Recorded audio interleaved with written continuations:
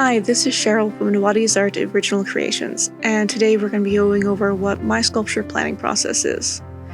This process may not work for you, this is just the way I do it, but I hope by sharing this I will help give you some ideas, maybe some things you don't do, maybe some things you think you should do. First, I'd like to start laying out my general concepts. I typically do this on a piece of paper, not digitally. I'm just saying digitally for this video. So I decided for this piece I want it to be a bust and a warrior goddess, but the focal feature I want is the mask.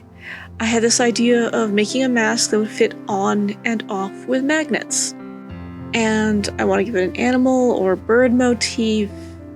And then I started thinking about what warrior goddesses can I think of. And the first two that jumped out at me were the Norse Valkyrie and the Celtic Morrigan, who is a goddess of death and war. Both of these are associated with ravens.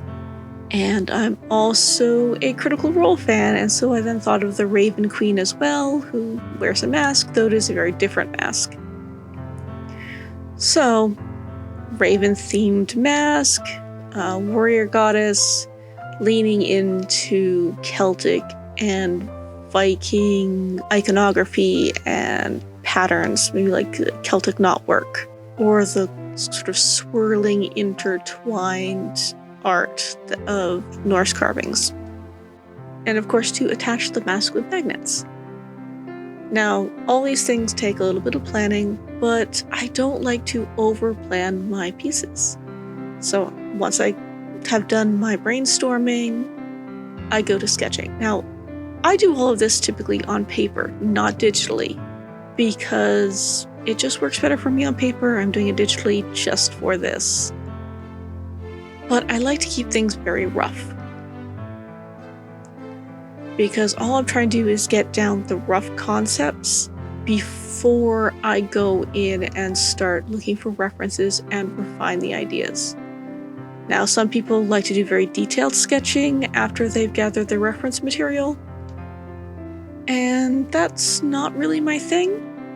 I prefer to do all of that sort of working it out as I sculpt instead. One of the things I did need to figure out is where do I want to put the magnet for the mask? And on the head, of course, but by the temples where I can maybe make the hair flow a bit so that the mask slots in under the hair. Therefore, the magnet isn't as visible. And that's going to be a big thing, is hiding this magnet. Now, if someone buys the finished piece as a resin kit, or I do painted versions myself, most likely I will go in with a little bit of epoxy sculpt or other material and just patch over where the magnet is, and then paint over that, and they'll be completely invisible.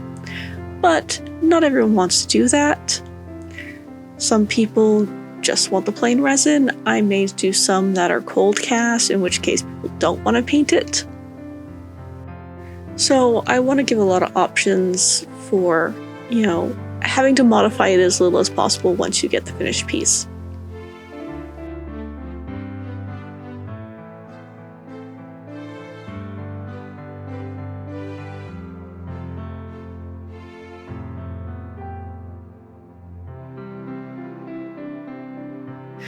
Next, I go in and I sketch out a little bit more of what I want the bust to have as features. Now, I want this very strong-looking woman. I don't want her to look delicate. I want her to look like someone who's going to, be out on the battlefield, kicking ass and taking names. So, a little bit broader shoulders. The parts that aren't covered by armor show a little bit more muscle. And then the armor, I wanted to be more practical and less fantasy. This is a fantasy piece, but I didn't want the armor to look impractical. Still very beautiful, still very ornate, but also very real.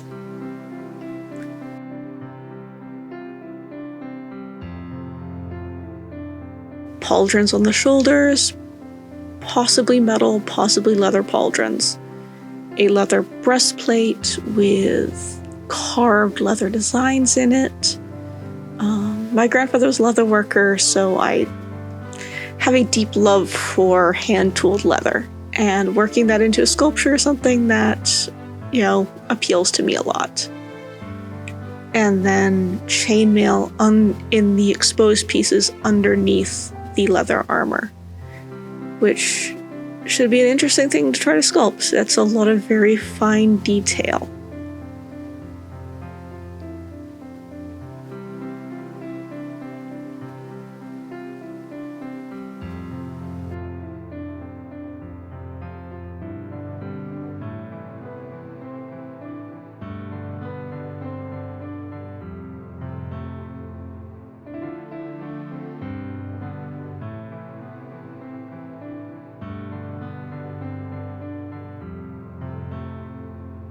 Then I sketched out a little bit more of what the bird mask might look like.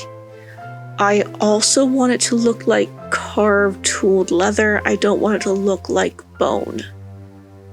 I want it to look like someone took leather and made a mask of a raven's skull out of the leather. So again, it will have sort of leather tool designs on it. And maybe some little rivets.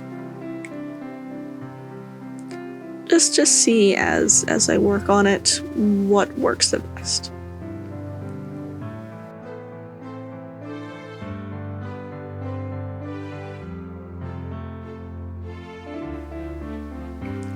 Then I had to think of, well, what do I want for her hair? And because I need to have the magnets hide it, I would want to do longer hair, maybe swept back into braids. Because again, she's a warrior. She's not going to want her hair flying everywhere.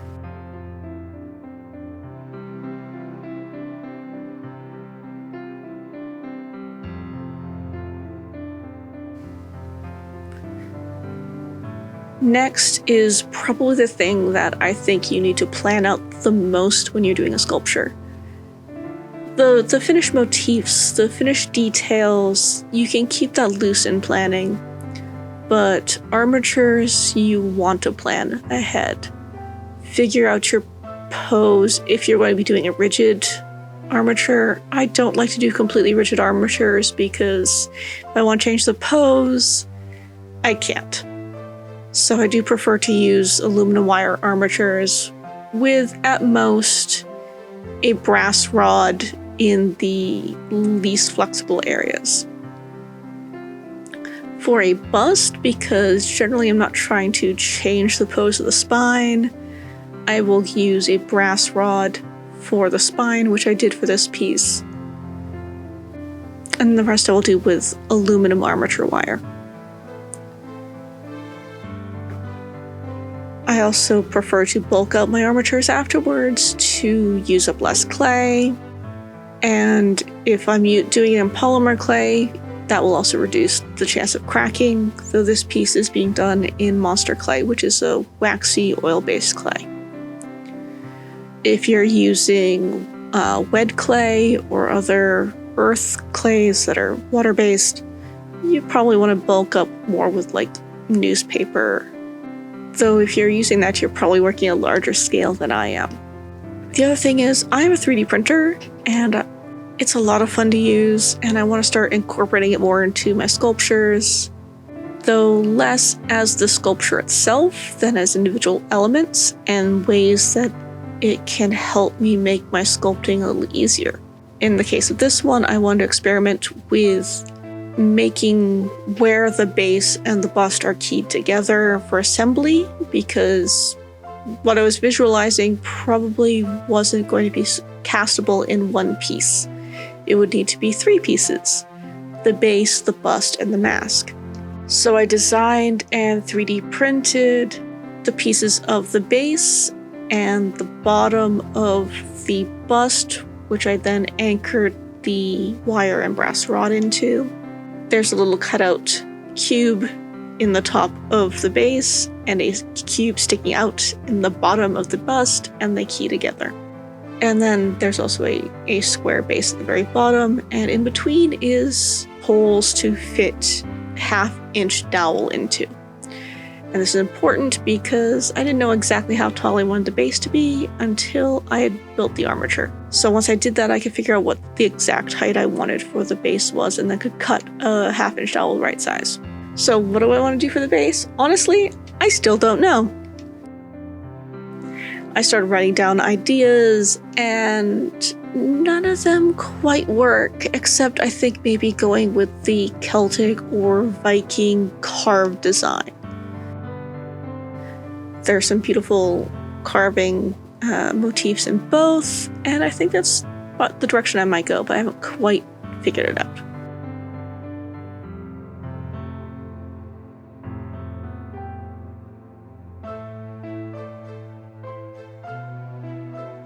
So, what are the next steps?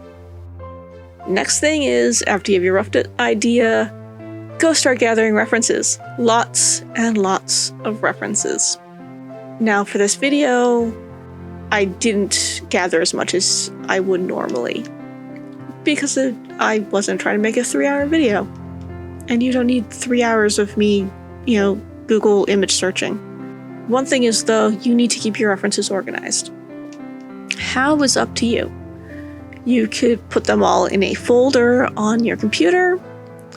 You could put them in a Pinterest board, or what I'm going to show you is using a program called PureRef, which I absolutely love. It has quickly become my absolute favorite thing for organizing reference images.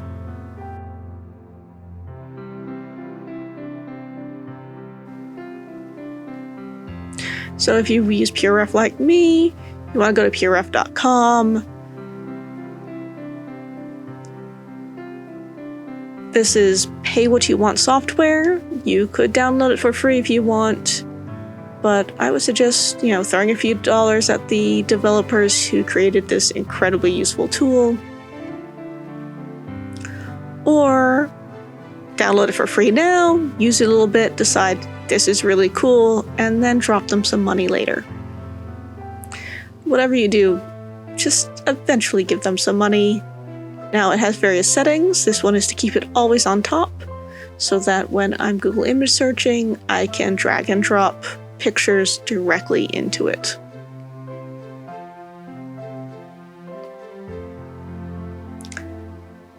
So just as a sampling of the type of things I would look for.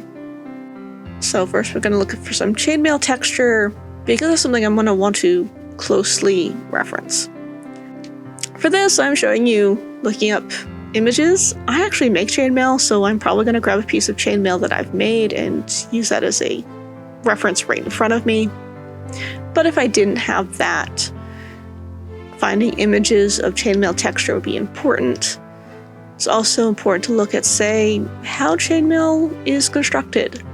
Now I'm only going to have some small pieces of chainmail peeking through, but this is still useful, because you want to think about what's under the various layers of clothing or costume that you have. Now I also want to look at other armor and pictures of warrior women.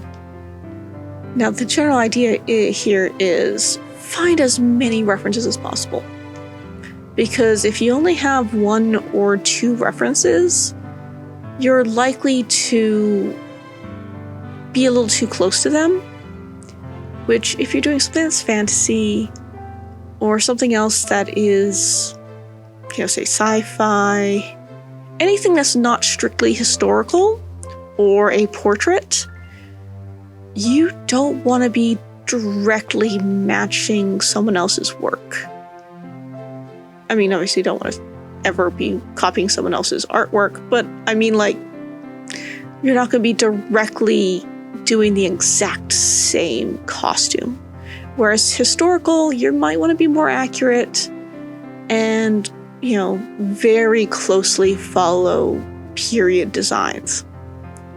But for fantasy, you don't need to do that. And you shouldn't. The idea with fantasy is, yes, you're working with fantasy tropes, whether it's from fiction or folklore, or movies, there are various themes and tropes that come up over and over in fantasy, but you don't want to copy them directly. What you want to do is take those themes and tropes and make them your own. And that's so important. And it's why having tons of references so that you're not tempted to exactly copy something is important.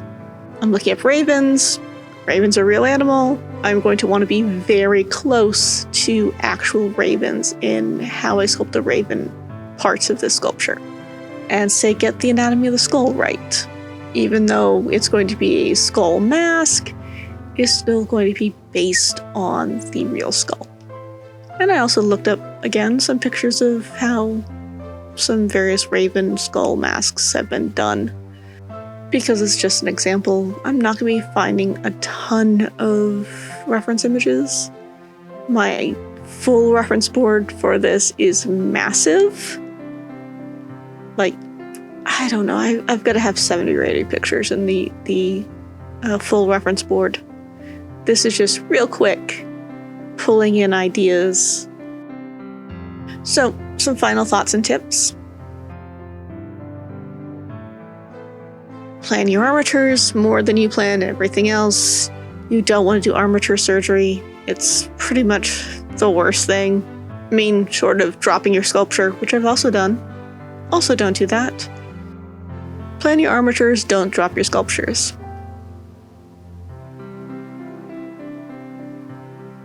Everything should be subject to change, other than your armature. If it's rigid, they'll try to build in some flexibility to your armature. You will appreciate it if you do. But basically, as you sculpt, things will come to mind. Things will be tweaked a little bit, and go with it.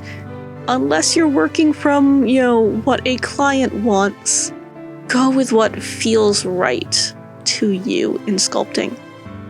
Because sometimes what you visualize in your head once you start sculpting, you realize, oh, this doesn't quite work. So change it. That's okay. It's art. You can change your mind. Sometimes sculpt inspires different ideas. Go with it. Use your references. Use them a lot. Make sure you have good anatomy references if you're doing something that is a very complicated pose, because you want to make sure the muscles are moving right, especially if they're not covered by clothing.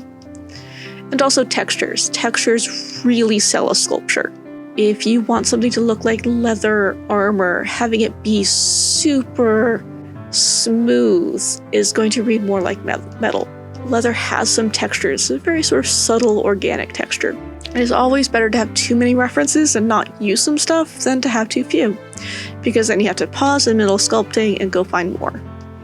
My computer is right by my sculpting area, so I can just, throw things up on my monitor, put your laptop next to your desk on a little folding table, or get a tablet and set that up.